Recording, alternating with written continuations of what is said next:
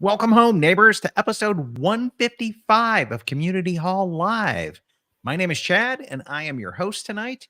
And we are doing a trip report show with Andy and Jolie's. They've went to Egypt on an Adventures by Disney, and we're going to come back in and hear all about it tonight. So before we do that, let me do a quick shout out over to our sponsors. And today's sponsor is dvcrentalstore.com. If you want to come back in and book an ABD, let's say you want to cash in some of your DVC points for it, you can do it through Disney, and they'll give you about $7.50 per point if you bought direct towards the cost of that Adventures by Disney. However, you can get $14 and up from DVC Rental Store by doing a program swap with them. DVCrentalstore.com, they're the best place to use your Disney Vacation Club points if you're not going to use your points. So let's welcome to the show today, Andy and Jolie. How are you guys doing today? We're doing good. Hello. We're finally, I think, recovered from our 12-day trip over to the Middle East. And I think last night was the first night I actually slept through the whole night. Didn't wake up at 3 and 4 o'clock in the morning, wide awake. But yeah, that jet time lag change is pretty brutal. And then in order to help me ask better questions tonight, I need you guys that are tuning into the live show to post your questions as to what you guys have to discuss and go over. But I've recruited an expert off of our team, Sandy, the founder of ExperienceMagicalVacations.com. Adventures, Chad, Adventures. I get that wrong every time, right?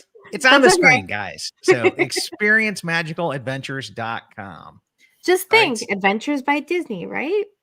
Yes. There you go. And if you want to experience magical ones, Sandy is a travel agent.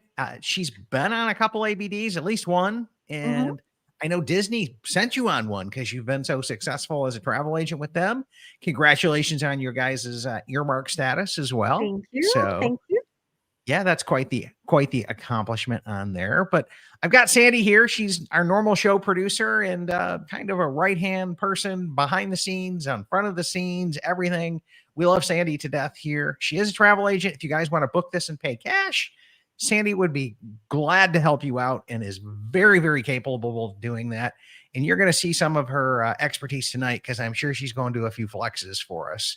And like when we were setting this up, she was like, "Oh, I've got your itinerary right here." And, blah, blah, blah, blah, blah, blah, blah. And I was like, "Oh, wow, this is awesome." So anyways, if you guys have questions about this Adventures by Disney, we'll come back in and pull those in as we start to see them pop up in the comment section here. And if you guys don't, then Sandy and I will take over tonight. So Sandy, this is what, a 7-day, no, 14-day, 12-day, 10 days, 10 days. It's incredible. Honestly, folks, like when Chad invited me to be on the show tonight, I was like, hold on, Adventures by Disney, the one to Egypt? Yes, this is totally on my bucket list since I've been really, really little, always fascinated with everything Egypt. So I am so excited to chat with the two of you and find out everything that happened on your trip from A to Z and all kind of the things that were on the peripheral that made it extra magical, because as we know, Adventures by Disney just has that extra little touch to all of their trips that make them seamless and wonderful and make you wanting to go back for more year after year after year, right, folks? Yeah, this is their 9th one. And if we're already talking about our next one. Exactly. Yeah, if you guys don't know, Adventures by Disney is where you get to go get that Disney level experience and concierge services, but you go throughout the world. So Disney sets up their own tours for you, and it's like Disney trained staff, all of the super high Disney staff expectations. But it sounds like you guys rolled like a rock star here, Andy. Like it's the way I kind of explain it is, and I think Jolie feels the same, is if you've been on a Disney cruise, the level of guest services and hospitality there is phenomenal. I mean, you feel like your stateroom person is sleeping under your bed. That's how well made your room is. I feel, and I think Jolie feels as well, that an Adventures by Disney trip takes it up to the next level of hospitality. Absolutely. Yeah. And not only that, but you get you get that rich storytelling that Disney is known for, right? If you really truly want to be immersed in the culture that you're visiting, they've got your back covered on that one. They will tell you the little minute details that make every single aspect of that trip special and why it's so unique and so culturally significant for where you're visiting. Yeah, and we have a photo of that stateroom here, Andy. So go ahead and clue us in on what's going on here. Hopefully, y'all didn't get eaten by the towel By the alligator. crocodile. That was when we came back to that, or maybe it was before we left. We actually went to a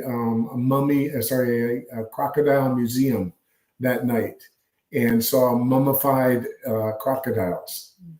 Okay, so it was a very interesting experience. I never thought that Mummified crocodiles. Yeah, hold on. Go down.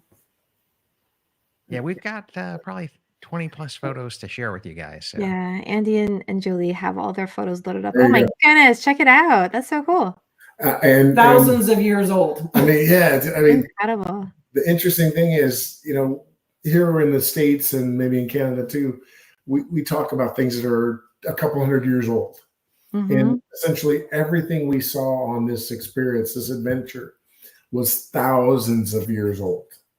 And it's just hard to fathom how they could go in and construct and make artifacts of these temples in the length of time, and they're still in the condition that they are thousands of years later. It was like once you saw one temple, like the next one you'd see would even be better than the one you saw. And it was just an absolutely incredible experience. It sounds fascinating. So, to start off, maybe give us a little bit of the background as to the kind of preamble before you guys actually get to the trip. How does Adventures by Disney handle that sort of thing with guests to start preparing for their trips? Okay, so what you end up doing is you contact ABD, and you'll interact with a vacationista. Mm-hmm. The vacationista is call it a pre-trip planning expert who can answer most questions about the actual adventure. What I have found is that most of them have either been on one domestic trip and really not experienced the international, because the international is a little bit different. Mm-hmm. But they make sure they get all the information about your family, whether you're celebrating any events or activities, any dietary restrictions, things like that. And then they handle securing of the payments and things like that. Yeah, and then anything that you need for your trip as well. Like if there's visas that you need to get, if you have to send them in, travel documentation for your check-ins, things like that, which flights you're going to be on, depending on which Adventures by Disney you're with, they can also organize the flights for you as well. Yeah. So there's lots and lots of things that they can help guests out with, and just to make them feel at ease. And then my favorite part about an Adventures by Disney in before you leave on your trip is that there's these magical boxes that show up at your house. So you want to tell us about that? Yeah. So let me cover the swag, Andy. The swag. We did swag. We did have ABD book us our air travel, because what we found is it's the air concierge service. It's essentially the same price you would get if you called the airline direct. But what the benefit is if there's a problem or an issue with your arrival, departure, or during your trip, they will take the responsibility for assuring everything gets handled.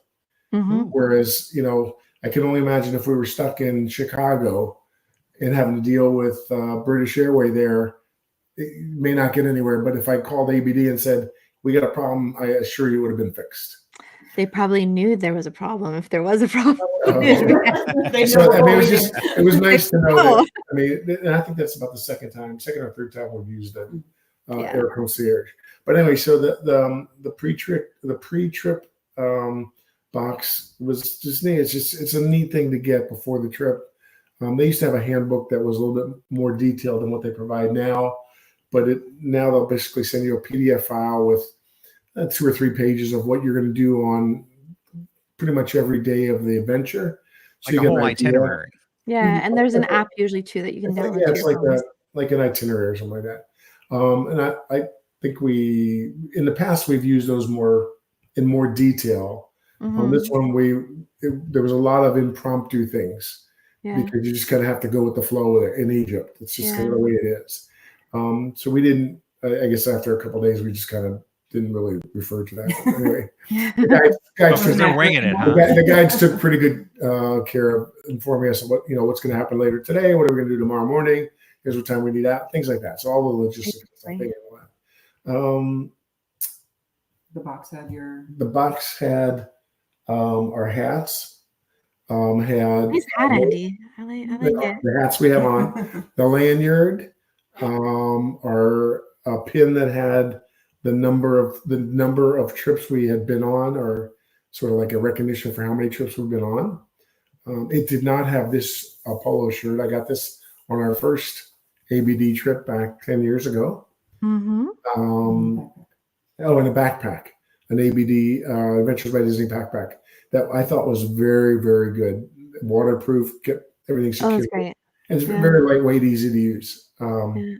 And then I'll give you a little bit of a tip, but they do provide a pin, a Disney pin, each day of the adventure. And our pins are sitting in customs in Egypt somewhere. So those will make our way to us maybe before. Did they try to mail them back? You couldn't carry them back, or? Sorry? In our case, we had ours ahead of time, so I don't know if they sent them to your house ahead of time. Yeah, it was a They were COVID doing it thing. ahead of time during COVID. Previously, they would give it to you at the end of each day, and it's Gotcha. in relation to like the day that we went to Valley of the Kings. Yeah. It would have something to do with that. Ours are supposed to be sent by Disney directly because the other ones, they don't know when they're going to get them back out. I was going to say, they'll probably send you new pins. I'm not worried about that at all. But I mean, if you're the ultimate pin collector, these are pins to cherish. For sure. Absolutely. And I've seen people take the pins and maybe buy a map of the country they've been in and mount the pins. And there's a lot of different ways and things you can do. Exactly. But they're all character based, so you'll get a chance to see those. And if you're celebrating your birthday, you get a special one too. Yeah, we were celebrating a birthday and an anniversary, so there you we got some go. special pins for that. And Awesome. that was it. I mean, that was the pre-trip stuff. Arriving there was immaculate. We were met at basically as we came off the jetway by an Adventures by Disney rep who shuttled us into a private elevator down to the ground floor where we were taken into a private car and went maybe a block and a half or 2 blocks to a private facility where we sat and waited for our bags and our visas. And maybe 45 minutes later, they came, picked us up, and started taking us to the hotel. Yeah, rockstar. I know, right? I think Jolie asked about the lady had our passports and said, "Well, we need to get our visas," and the lady held up the passports and said, "No, we got those for you." That's Again, awesome. that's the event, the Adventures by Disney. That's incredible. Just taking care of that stuff for you. So just to go over the trip highlights very, very quickly so everybody knows what we're going to be talking about today. So trip highlights, you got to visit the pyramids at Giza. You got to do the Egyptian Museum with an Egyptologist, and you'll get into that more because I found that really fascinating in our preamble. There was a Nile River cruise. There was snorkeling in the Red Sea, and then a papyrus making demonstration and hieroglyphs workshop. So we'll get into a little bit more about each one of those. But why don't you take us through kind of like the 3 different hotels that you stayed at? What were the accommodations like? So the first hotel we stayed at was the Ritz-Carlton in Cairo. It was right on the Nile River. We had a dinner there the first night on the rooftop overlooking the city, and it was absolutely gorgeous. Must be beautiful. The amenities in the room and the room itself were first class, phenomenal. And the nice thing about it is they had a foreign currency exchange in the lobby. So that made it real simple to get some Egyptian pounds. Especially since we bypassed the entire airport, which is where we thought we were going to get money. Everybody kept saying like, "Oh, well, you'll get off the plane and there'll be 2 or 3 exchange places right there." Like, well, we saw none of that. So the good thing is we didn't need to have too much Egyptian pounds to go through the trip. But anyway, they had some stores there that were very, very well priced. In fact, the guides had recommended we do some of our shopping there. that was the first hotel. The second hotel was the Nile. Was on one of the cruise ships. It was a riverboat, and the stateroom was very comfortable, very well kept. The cruise staff was phenomenal, very, very friendly. I mean, again, Disney's taken over basically the whole ship. Exactly. And it's a good client, so they're going to take good care of us. You saw the towel animals, the towel animal. We had a different one. I think every time we left the room, we came back, there was a different one hanging there. And then the last hotel was in a resort area called Sharm el Sheikh. Sheikh, sorry. And So this is a view. No, that's a view from our room. Overview. It was all a resort. The island you see off to the background is actually Saudi Arabia. Wow. The interesting fact about this hotel is actually about this adventure in total. Is that while you're visiting the country of Africa, or say the continent of Africa, the last location is actually in Asia. Huh. So we visited two continents on this one adventure. So that's a good factoid. Yeah. Pretty cool. That resort was all inclusive. The food was absolutely phenomenal. They had 3 or 4, maybe 5 different venues you could go eat, like an Italian restaurant, American restaurant, a Japanese restaurant, etc. And then they had a general restaurant that had a complete array of food, like almost too much food. But the food was phenomenal, and the amenities were very, very nice in the room. So now, did your kids go on this with you, or is there going to be like a revolt when they see all these photos? The 2 kids went on the trip. Okay, exactly. Okay. It's actually our very first adults only trip. Oh, that's so cool. Like not just for us, but the whole trip was adults only. Oh, okay. It's a very different vibe. Well, I mean, your children are all adult age, but right. I guess they were busy living life or going through college and doing all the stuff that they're doing, right? Yeah, there were 2 younger adults. There were 2 younger adults on the trip. One was, I want to guess, probably 23, and the other one was 22 or 23, something like that. One was on with her father, as a father-daughter trip, and the other one was a mother-son trip. Oh, that's so cool. Yeah, it's kind of neat. So they had their own legacy moments and things like that. So I think that'd be kind of fun too. So those were the venues that we stayed at. Yeah. The food across all the restaurants we went to, I think, was phenomenal. People are often very worried about the food in foreign places, so it's good to know that the food is delicious. Yeah. If you want something special, they'll get it for you. All you gotta do is make it known. Yeah. We did taste some Egyptian cuisine that was unique to the area. When I think our first day in Cairo on the adventure, we did a museum trip, and then we went to a local Egyptian market where we were given some Egyptian pounds to go off and purchase a white elephant / camel gift to give away later on in the trip. That was kind of fun. Interesting. That's an interesting twist. Yeah. After we did our shopping, we ate at a restaurant in the marketplace. And one of the delicacies we had was stuffed pigeon. So if you could just think about those pigeons that you've seen flying on the lion rats, like that's it. Yeah, that's how Andy looked at it. It was a delicacy. And as they took it, came out on the plate cooked, they took it and broke it in half. And then you used to eat it. It was I lost my appetite for the rest of the day. Oh no, I'm sorry. First time I've ever really I've not, for lack of a better say, enjoyed that part of the meal. Yeah, but I hard pass. It was no. Yeah, I always say I try. You got to try because I'm not. It tasted like chicken. I'm not coming back here and ordering pigeon or going in my backyard. I love it. Going when they come in and cooking it. Yeah, but when it was served on the plate, it looked like a pigeon. It had its head there, and I don't think the feet were there, but everything else was. Now, that would have been photo worthy. I'm just saying. But there was a lot of the food you would expect to find here in the United States, we found there: lamb kebab, shish kebab, chicken kebab, pita bread, hummus, tabbouleh, Falafel. falafel, and tahini sauce. And it was all very, very good. That's awesome. So, from what I see here, you spent your first day of the trip with an Egyptologist. So that's pretty amazing. You want to tell us a little bit more about that and all the different collections you visited at the museums and such? Okay, so what ABD tries, and feel free to jump in here, Miss Jolie.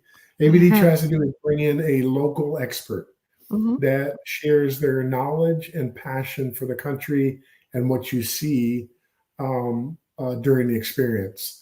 And she was absolutely phenomenal.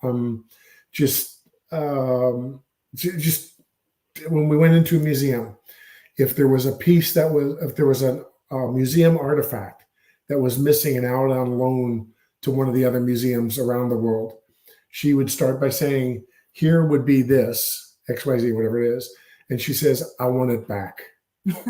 And Like she owned it. It was like it was hilarious. initially at first I thought, well, like, does she own these museums or something? But she is so passionate about what she did that she felt it was, she wanted them back in her home country. Yeah, that's amazing. And she was truly a delight to be with. And she had some very unique mannerisms that we ended up repeating throughout the trip. She used to it's a long story short, but anyway, just a phenomenal. And they actually gave us lanyards with headsets, so we could hear her like in the museum, so she's not having to talk through other people, around other people, which was actually really helpful. We could hear her directly. It was nice. Oh wow! Yeah, and chatter. And you could, you could have been like a walkie-talkie. You could have been 15, 20 yards away from her and still heard it. Yeah. Without and everything was in English, I take it, right? So everything she was doing English. Yeah. Occasionally she would, if one of the vendors or something would come after us, she would say something back to them in Egyptian. We don't want to imagine what she was saying.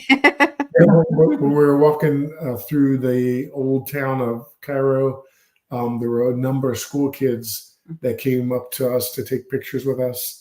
And she sort of she let them go for a while, and then she sort of shoot them off. Yeah. And then when we were in the marketplace, she was pretty good about shooing off some of the vendors. Nice. So then day 3, so that was like your first full day in Cairo.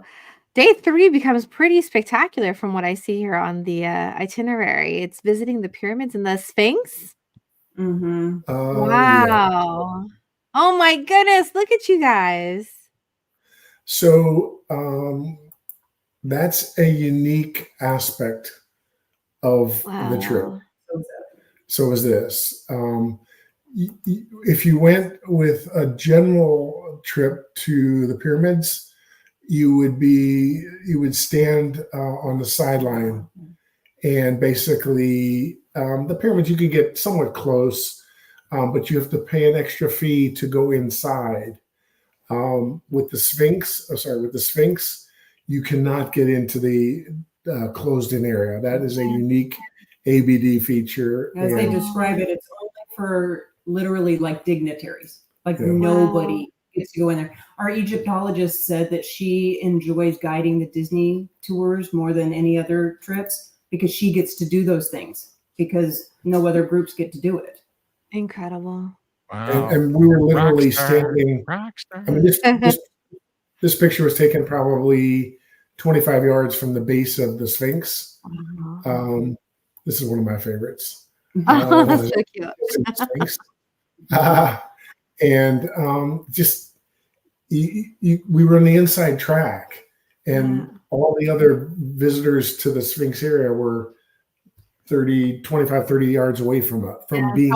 Wondering who the heck you were. There's a little bit of jealousy in that, but of course, that's the Disney difference. That's the you can't put a price on how much that cost, and to be able to have that experience. Exactly. And again, like you were saying, it's a bucket list that you've wanted to do your whole life. To be able to go do it is amazing, but to be able to do it, and do it at that level, it's just.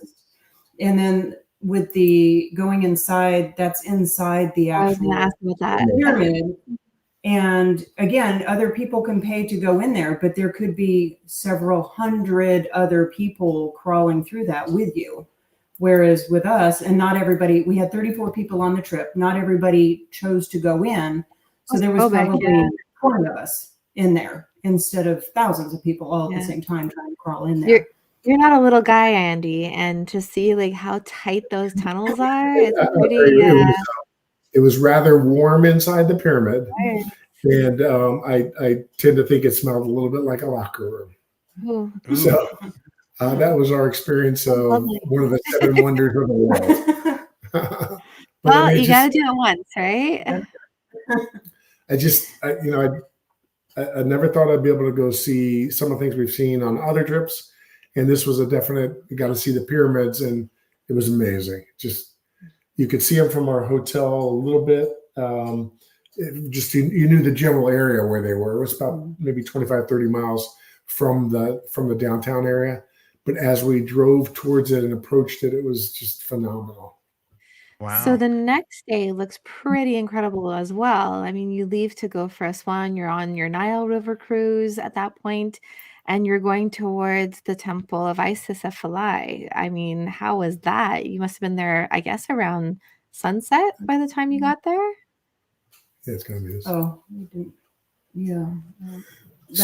That was amazing. So on this day, we were on the river cruise, but we were taken by bus to the airport, and we flew up to Abu Simbel, which is a northern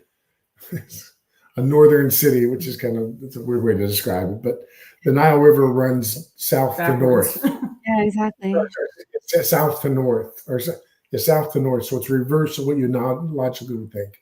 So just for simplicity purposes, I'll just say we flew up to Abu Simbel and saw this temple, and it was excavated from under the sea, about 300 yards from its location where it is now, and it's just amazing to see these temples.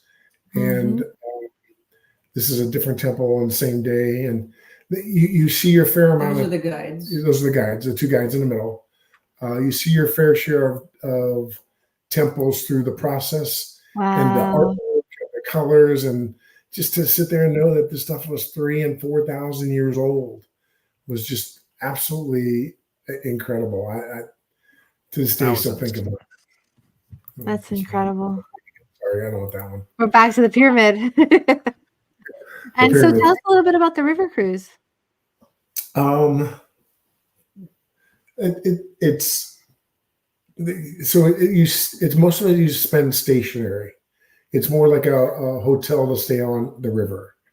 On the one day, or basically the day and a half that we were navigating the Nile, we went through the locks from the Red Sea to the Nile River, and that was just an interesting part of the process.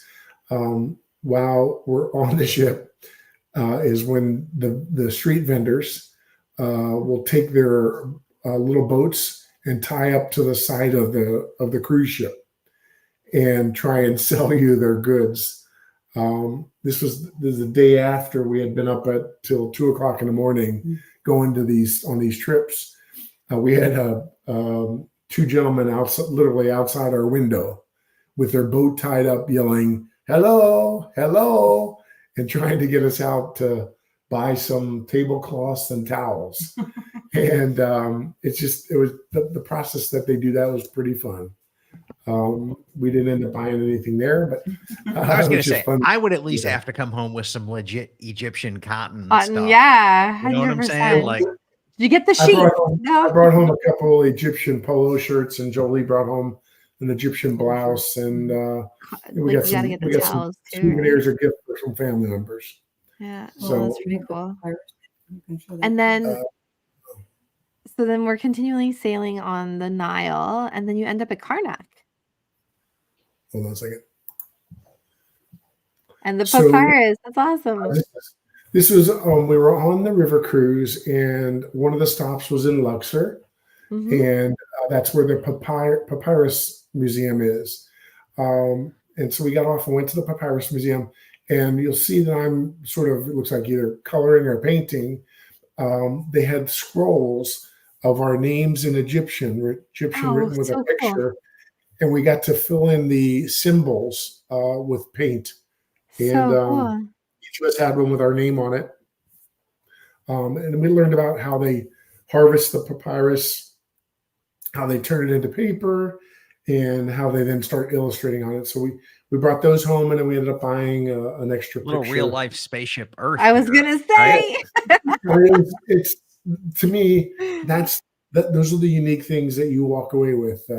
On the cruise ship, we did a falafel cooking class. We did the papyrus unique experience. We went to the Sphinx behind the scenes. We crawled into pyramids behind the scenes. So those are the things that you cannot get without having a seasoned touring company to take you.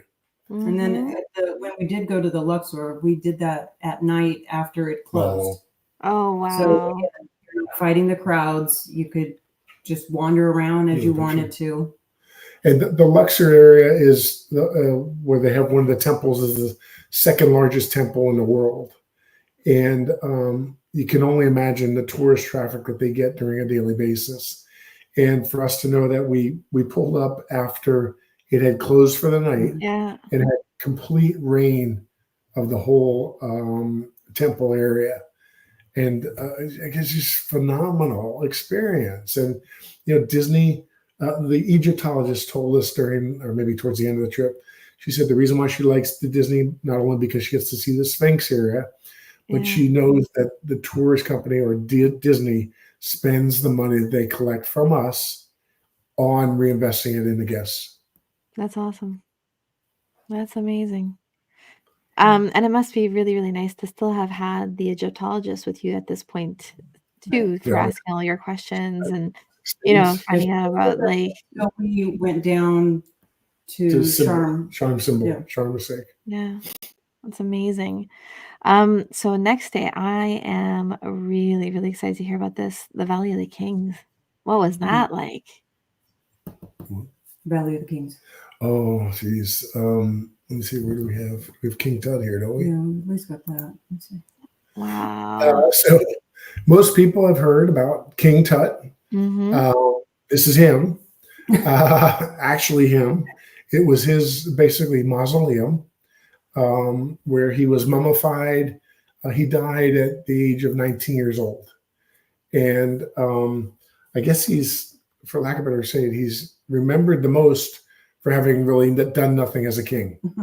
And so, but everybody knows his name. And so we was going to say, it's usually associated with gold and wealth buried with them or something like that. Well, it was one of the unspoiled tombs, right? That was part of it too. It hadn't been robbed. The Valley of the Kings, I believe, had 9 different mausoleums, something like that. About 9 different mausoleums where you can pay to get into each one. It's rather expensive. Disney prepaid for us to see 3 of them, and also the King Tut. The King Tut one was an additional cost on top of that. Wow.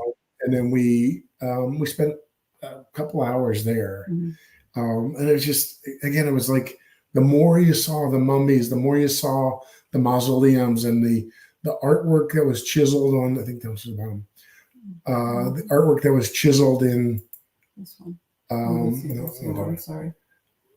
The artwork that was chiseled inside the mausoleums and the paint that was done was just phenomenal. It's further down. Gonna say that King Tut one looked like it had a hand sanitizer, but and the interesting thing about I thought was rather interesting was those designs are repeated throughout the inside of the temple or on the walls of the temple. And it's not like, so you sit there and I think, okay, how long did it take them to chisel out that one piece of art? I call it a piece of art. And then they repeated it, 3 feet later, and then 3 feet later after that. It's like, well, no wonder, because they had nothing else to do 4,000 years ago. And just the whole thought about how do they get these big pieces of sandstone or limestone or quartz from one area to the other with, basically using mules, and how did they lift? And it's just, when you start to think about it and digest the effort required to build something like that, it just absolutely blows my mind. No different than when we went to Machu Picchu in Peru a couple of years ago, 4 or 5 years ago, and you saw them develop that area. It was very similar because it was a top area, and how did they get that stonework up there? And it's just the incredible thought process to go through it, how they engineered it, how they built it, and how the stuff is still freaking standing there after 4,000 years. Yeah, that's incredible. Egyptologist with us, she was able to, again, you could go through it on your own and it's beautiful, it's amazing, but she could tell us what everything said, add all the additional details and commentary, and see, you've got like a certified expert in there. That's kind of cool. You know what I'm saying? It's not just like somebody working a minimum wage job for a tour guide here, but this person's like, they got their stuff together. She shared with us that her father was in the tourism industry. Most people who live in Egypt support tourism. But she said that the way she learned all of her information is she would go to a museum, listen to her father describe it, come home, read about it, write it out, and then take him on tour. Oh, that's so cool. Practice what she had learned. And she's just so passionate about everything that she said. That's so cool. So then the next day, it feels like I keep saying, so then the next day, we're in Sharm el Sheikh, which looks incredible. This resort, you pulled it up before, is just unbelievable. Look at amazing. Those pools. The first day we were there, we did a very unique experience. And we've done this other places around the world, but we went snorkeling, and it was maybe about a 20 or 25-minute bus ride from the hotel or the resort to the marina, where we boarded a ship. And the funny thing is, all of the scuba or snorkeling ships are all the exact same design. And they're all painted the same color. And how do I find my ship? You have to remember what the name of your ship is, because when you're all snorkeling in the same area and you come back to your boat, you got to make sure you get on the right boat. So they took us out, and I guess is again the Disney difference is we were in groups. Well, we were in groups of maybe 5 or 6 snorkelers, and the snorkeling company we had a professional underwater photographer. Wow, that's so cool. At Disney that they hire because it's Disney paying the bill. Yeah. And they were taking pictures of us, and the coral reefs are absolutely amazing, brilliant colors. In fact, Jolie had done a little bit of research to find out that some of the best coral reefs in the world can be found in Egypt, in the coast that we were at. That's so cool, in the Red Sea. And I think we were out on the scuba or a snorkeling trip for about 4 hours, 10 to 2 or something. Oh, wow. It was quite long. Time, but they had lunch on the boat. So they had lunch. Not only was lunch served on the boat, the resort had somebody from their wait staff come on the boat with us to serve lunch, to make sure we were happy, make sure we had enough food, get us drinks, get us service, get us desserts and kind of snacks after we snorkeled, and just a little bit above and beyond. They could have given us all a brown bag when we left and got on the bus, but it was just that much different. I'm telling you, rock star. But everybody on an ABD feels like this. It's incredible. The funny part, so this was our 9th adventure, and I remember the first one. I thought, okay, this is pretty expensive. So the first adventure was to Wyoming, and I started to keep track of, okay, well, if we stayed at this hotel for one night, it would cost this. We had dinner, it would cost that. You go to the parks and you do certain things. I started to keep track of it, and it was about the same, if not a little bit more. So a little bit more to do with Adventures by Disney, but you had that personal experience with with people. You had the them doing connection. all the work, right? No, That's it's the- more about understanding what you're experiencing, right? Like you get a profound understanding for what it is you're living in that moment because of the guides, because of the local guides. That's the Disney difference. It is all about storytelling. It really is when it boils down to it, right? And really, really immersing the guest in that storytelling in real life. No, normally, or at least on many of the trips we've been on in the past, there's usually a tie to Disney. Let me be a Disney animated feature or a movie or something like this. In this one, I didn't sense that as much. Mhm. But there were subtleties that you could, they would mention things. But whereas, like when we went to Norway, you could see where Frozen. they the characters. You could see, Yeah. you could see, the farm where Anna and Elsa went, and Yeah. so stuff like that. But in Egypt, you just didn't see that. But that didn't take it away Didn't from matter. didn't take anything away from it. So Yeah, exactly. I was gonna say I don't know how much content Disney has done that's kind of Egyptian theme. I can't No, think not of a whole yet. lot. Yeah. um, What did you think about the private beachside Bedouin themed dinner and beach party at the end? How was that? What was that like? I didn't show them. Your would- thing came off, didn't it? I saw that. No, it would have been over here. Oh my, yeah, it's No. off. So yeah, they had like a belly dancer, and then there was another Not me. no, Not you. was- Okay, good. and there was another gentleman. Again, just local type entertainment for them. They also had a henna tattoo artist Oh, come. cool. So Andy got the Andy shoe with his Aw, so with cute. the Andy written in there. That he did that for him, and Two silver. mine's still a little bit still in there. It's kind of coming apart. You can't really see it very much. A little bit, yeah. So it was neat, but that was just, why does Disney have to do it? It's Mhm. because they don't. want to leave you with a favorable experience. And the belly dancer was G plus rated. Okay. We're just Like gonna an leave it at that. Epcot and back in the day. It was I'm not real sure that Disney would have approved all of it, but it was fine. Mhm. It's adults only. There was adults only. Exactly. So you're good. The fun part about the ABD trip, and Sandy probably can attest to this, is you start off on day one not knowing anybody you're with. Mhm. And when you leave on that last night after the farewell dinner, you feel like you're leaving family behind. Yep. And Lots of and we got tears pretty last close day, with that's a couple families. I had one of my DVC members on the trip with us that we didn't find Cool. out about, because you only know first names. Mhm. We didn't know their last name until literally we were leaving The airport. the airport on the trip Yeah. home, and we found out You they were literally they were had one members of your DVC clients on this yeah, trip. and I do not. I go under sort of incognito. Yes, I do wear a DVC hat most of the time. This one I don't think I wore one at all. I had the Cairo hat, but anyway. So it was funny is that they came up to me and he said, "Well, we'd like to stay in touch with you. Do you have a card or something?"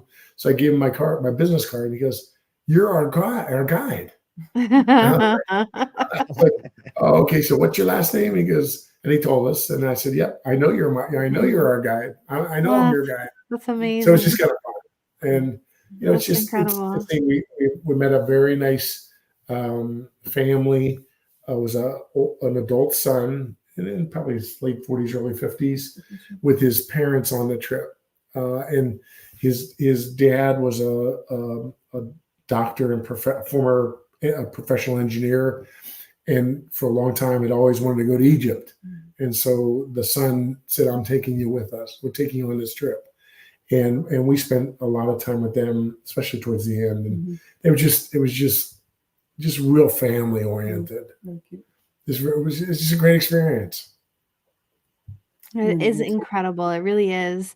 And, like starting off at that welcome breakfast or dinner or whatever it ends up being as far as a meal, everybody's kind of shy. And then by the end of the trip at that, go away party, everybody's kind of like really, really sad because they're not going to be seeing those people every day anymore.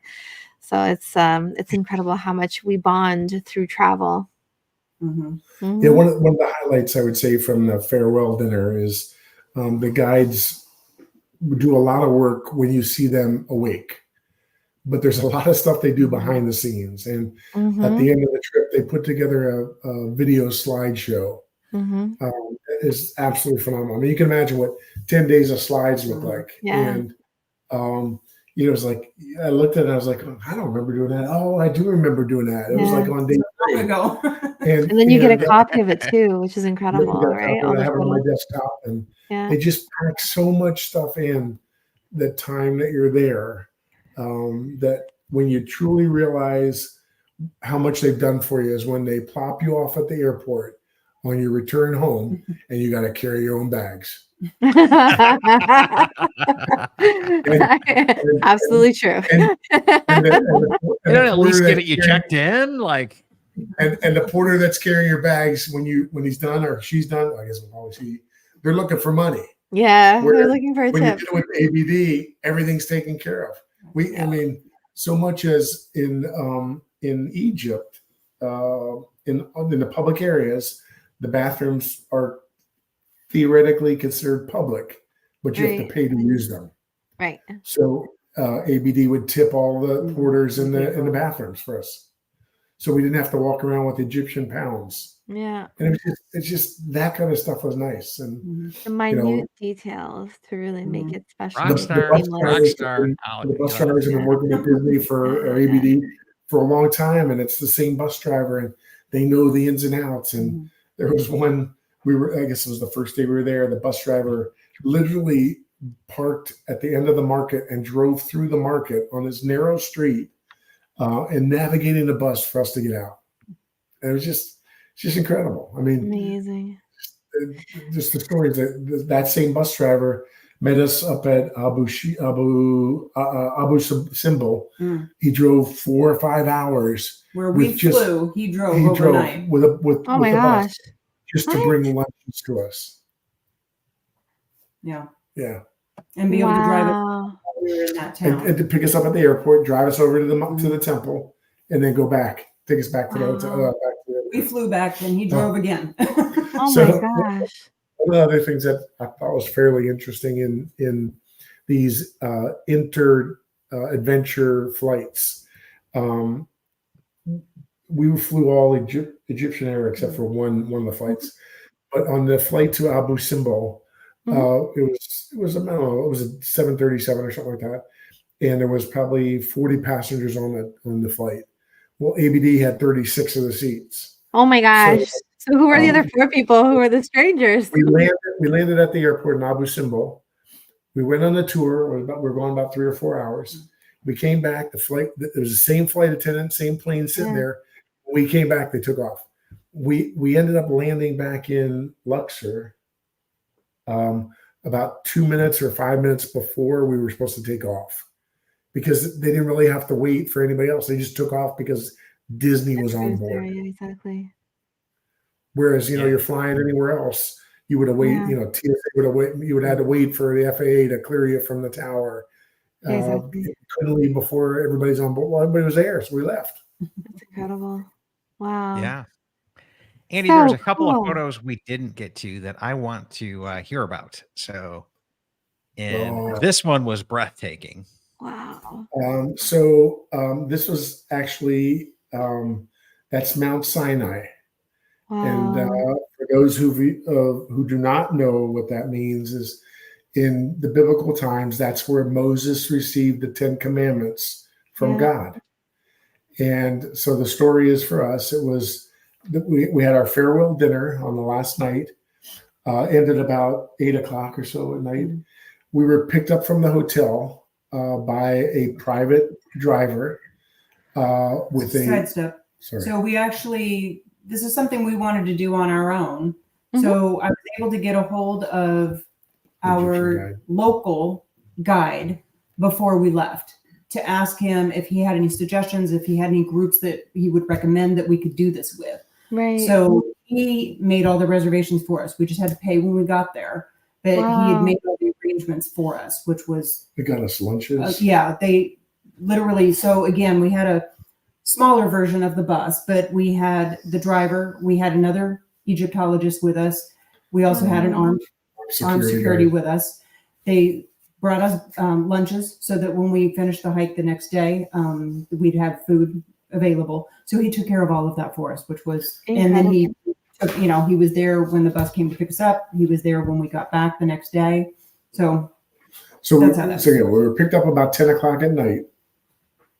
We drove roughly 4 hours, and the Egyptologist insisted on educating us about what we were going to experience while we all wanted to sleep. But anyway. Oh, no. and different than typical travel in the United States or Canada, where you get on a bus and you just travel on the interstate, wherever you want to go. In Egypt, they ride in convoys to basically for safety and security. We ended up getting on the bus, and then we'd drive to a checkpoint, and then we'd have to wait for 2 or 3 other cars or buses to come, and then we'd all to go off to the next one. So anyway, it was a 4-hour trip. We get to Mount Sinai at about 2:30 in the morning, go through security and start our hike. It's a 3.3 mile hike. That's literally from 1,500 feet up to 3,300 or 3,400 7,300 feet, whatever it was. Yeah. Wow. And, wow.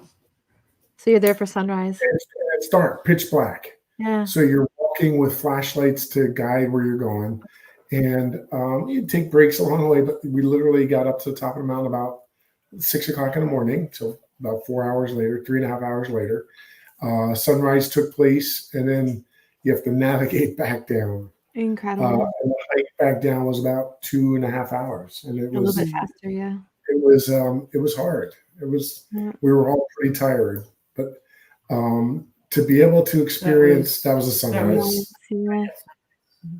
Incredible. To be able to experience the sunrise at this biblical location.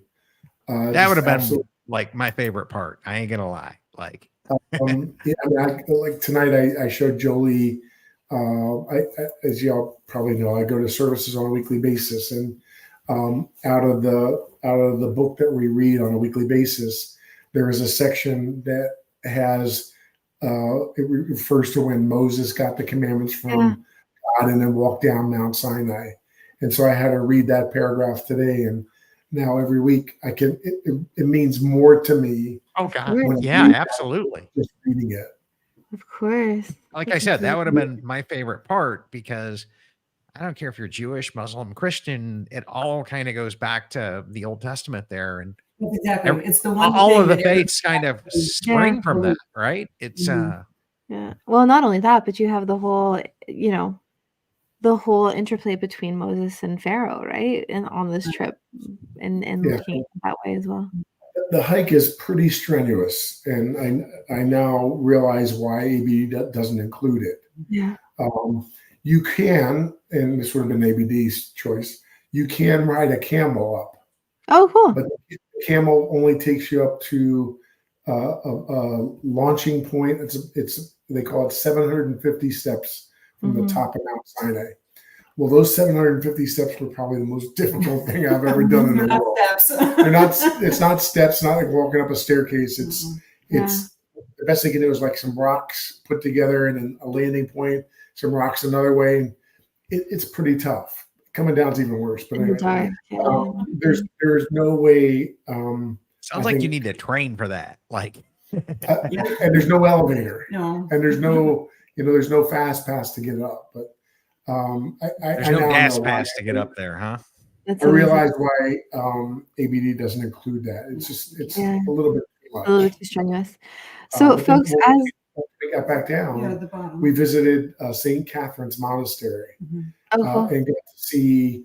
It's still a working. It's a working monastery. We got to see the burning bush that's referred to in the Bible. Oh, so cool! I thought one of the interesting parts is we got to see a display of illustrations. I think it was stone carved illustrations of Moses as a baby, all the way up to when he received the 10 Commandments. And I thought I just kind of put it all into perspective for me. You brought it to life. Yeah, that is awesome, Andy. So That as is we good. have like 3 minutes left for tonight's discussion, you guys have been on quite a few ABDs. My question for you is, what keeps you coming back year after year after year to wanting to plan your next Adventures by Disney? What is it about Adventures by Disney for the two of you that just keeps you coming back year after year? Rock star. Right. Very much so. There's certain places I feel like we could do on our own, English speaking countries. Yeah. So maybe like Australia or New Zealand. Things like that. Or There's London. things you want to see, and I'm sure, there's some unique perspectives in any. There's going to be the Disney magic no matter where you go. But here it was, because this was something I've wanted to do so badly. And the stuff, the unique things that we knew we were going to be able to do that nobody else would be able to do with us, we never could have pulled this off on our own. It just wouldn't. So it was that, I think just knowing they'll take care of everything. Security is obviously huge. Things blew up overseas while we were gone. We were seeing it all on the news, and people were like, I can't believe you're there. Are you okay? Do you need to come home? And we didn't. It was we felt a very, very safe country. I feel they're a very peaceful group of people, and they don't want to be involved in the middle of all that craziness. So, but knowing tourism Disney is everything to them. So like that's exactly right. But we knew, should anything go wrong, Disney would have had us out of there so fast. And in certain places, that's a really important thing. Maybe not as big a deal in Arizona, but a big thing where we were. So, but yeah, it was, you could see all the special stuff they take care of, and the guides are fantastic. The Egypt guide, the local guide, obviously the Egyptologist, and even Disney guide, they were all just fantastic. So incredible. Definitely worth going. So we go back because it's all you can eat food. There you go. And plenty of snacks. The pins you can't buy at any of the pin trading stores. And no, I guess I describe it as it creates legacy memories trip after trip. Yeah. So absolutely. my question then is, Andy, if this is number 9, where does the Egypt one rank, and what would be above it, if anything? Right? Good. You guys each have an opinion here. So this is South Africa. You did go. I was gonna say you did go to South Africa, so I'm expecting that one to be pretty high. South Africa's on a pedestal by itself. Yeah, I don't know. This was pretty darn amazing. Sure, you can go stay in Animal Kingdom and sit and watch the giraffe on the savannah area, but until that giraffe is sitting inches or feet from your vehicle, or you see a king of the jungle walk by you and roar, I can't replicate that anywhere else in the world. Yeah. That was by far the best. I can get to Animal Kingdom in, like 20 minutes, Andy. So I think Egypt is close behind that, followed by Peru, and then I think Norway. Antarctica isn't like higher up on that list. I'm kind of shocked. Costa Rica, we did. Antarctica. Yeah, that wasn't my favorite trip. It was not my favorite. It was a little bit more taxing because it was right at the end of COVID. So I get you on that. That was more of an experience. It was an experience. It was at the end of COVID, and it was very, very stressful to go. Yeah, because there was a lot of documentation needed, a lot of testing of being COVID tested before, during, and after. It was different. Now ABD no longer does that trip. If you didn't know, Nat Geo. Yeah. So those pins are worth even more now. Right. There you go. On our parka. On our parka. You got to keep the parkas are yours to keep. Oh, that's kind of cool. You have to come visit me. I loved our Wyoming trip because it was our first. It was the 10th anniversary of ABD, It meant a lot to the company. I was still a DVC cast member at the time, so that kind of helped me solidify my thoughts on how I would help educate people who are looking at ABD. But we've had some amazing experiences on all of them that we've been on. Nashville, New York, Costa Rica, Wyoming. We've been very, very blessed to be able to do these. So you guys got to do a river cruise next, I think. Maybe that's the next one. Yeah, that was my question. Like, what's next? Market. Like, what's on the ABD bucket list? Because somebody's got 19 of it. They're beating you, Andy, and I know that's not going to sit well. Exactly. Like, Well, it's not a game. A Christmas market river cruise might be fun, or Oktoberfest. There's a couple things. So we have not been. We've been to all the continents except for Australia. Okay. So Australia I believe, will be on the docket for next year. I don't know whether it'll be ABD or not, but that's one of my friends has done the ABD English speaking. Incredible. So it's easy to do. We did talk extensively on the trip about China adventure or Cambodia, Vietnam, or Laos. You tell me when you're going on that one, Andy. We're going to try and go with you on that one. I was going to say, I think we need to find Tomas going to come too? That's his bucket list one. He wants to go to the Cambodia, Laos, and Vietnam one. The China one is interesting because you start at a Disney park and you end at a Disney park. So that's pretty cool. Yeah, it is. That one's been on my bucket list as well. I can see the Japan one looks cool as well. Doing those three. As long as I keep working, I think, or as long as they keep working, I think we'll probably do one or more a year. That's awesome. It feeds your ABD. This is the appropriate time to start to throw this up, Andy. Yeah, right? absolutely. If you guys are interested in buying or selling a DVC contract, our buddy Andy here works at DVC Resale. Take a screenshot of this. Yeah, our sponsor, right? 949-412-0850. And Andy would be glad to help you there, and you can help make a little small contribution towards his ABD addiction. Right? Yeah. Yeah. So yeah, I remember every year since I've known you, it seems like you've been on one. And me too. So, it hasn't been that long. The funny part is on our first adventure to Wyoming, we became close with a couple from South Carolina. They had a daughter that was Jillian's age. And I think it was their seventh. It was like their seventh ABD. And I leaned over to Jolie and like, damn, they must be rich. And here I'm thinking 9. Okay, I thought we were on a lot. And these people are like, oh, we're 19. I'm like, holy crap. Pretty remarkable. I met someone this week that had been on the jet plane. Oh. Yeah. 3 weeks around the world for $110,000. So that was pretty remarkable to kind of talk his ear off and listen to that story. Interesting. So National Geographic does a comparable trip. They do. He's out all the parks. And I think I'd rather do that because you're going to see the best of the best around the world. I mean, I can go to the parks myself. Right? I feel like I would want to do it with ABD though. Can you imagine the VIP tours that they must have when you do it? I'm planning on going to the parks next year internationally, but I'd much rather do it with an ABD. Trust me. Right? Okay, so for $110,000, double occupancy. What do you want to take, Chad? You want to take?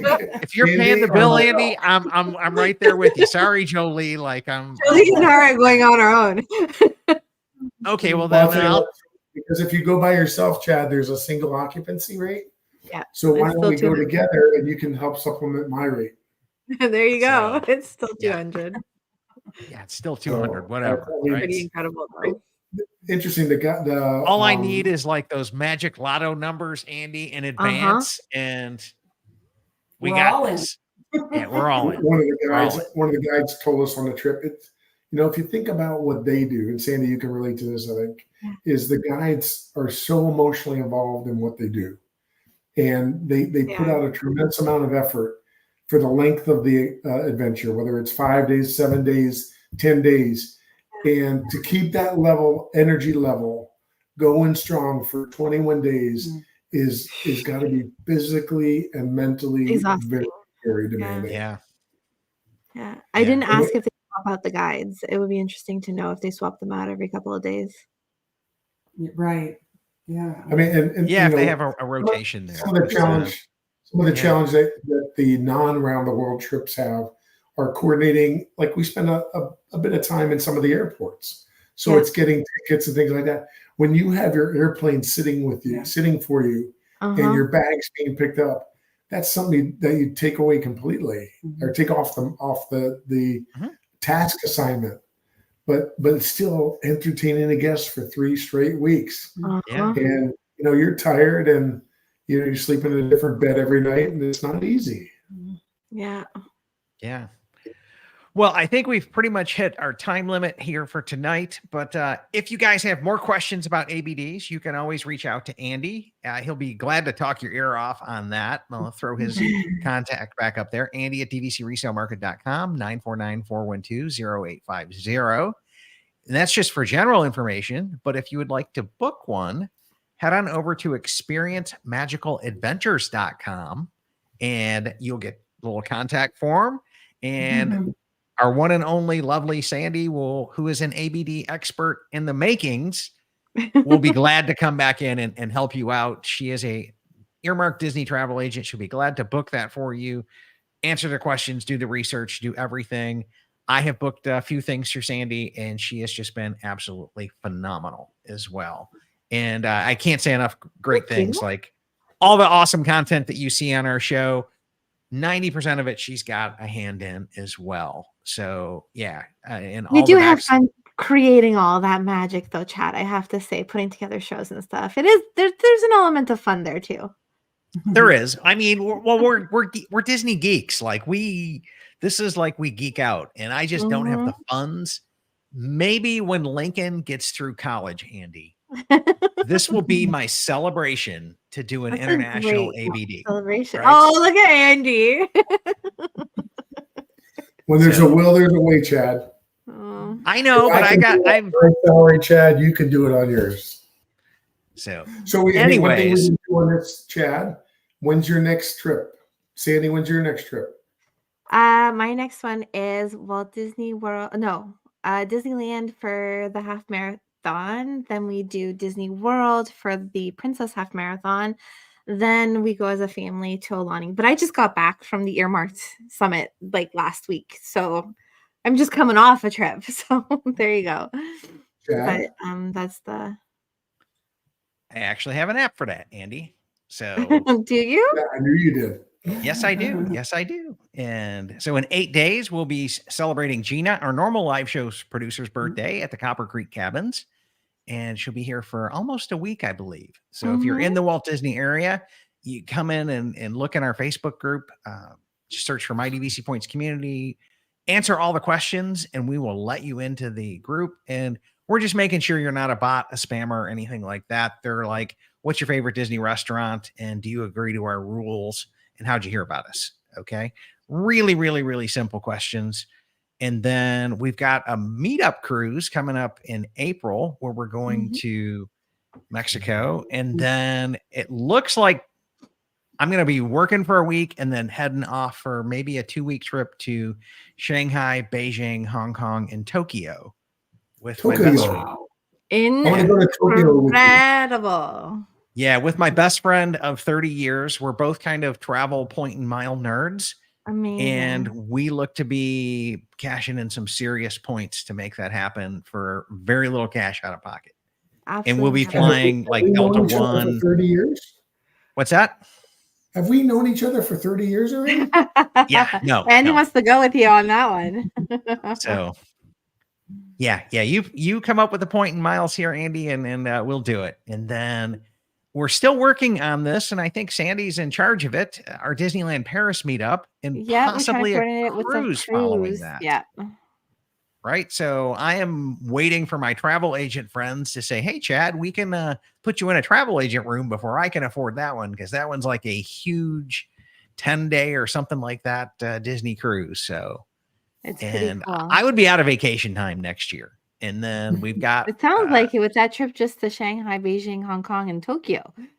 yeah, that's 2 weeks. So that's 2 weeks. And I have another 2. And so the Disneyland Paris one would probably burn a week. And then the cruise is going to burn a week as well. So that I would be done. I would be done for the year. But that's kind of what burn your vacation time, though, I got to say.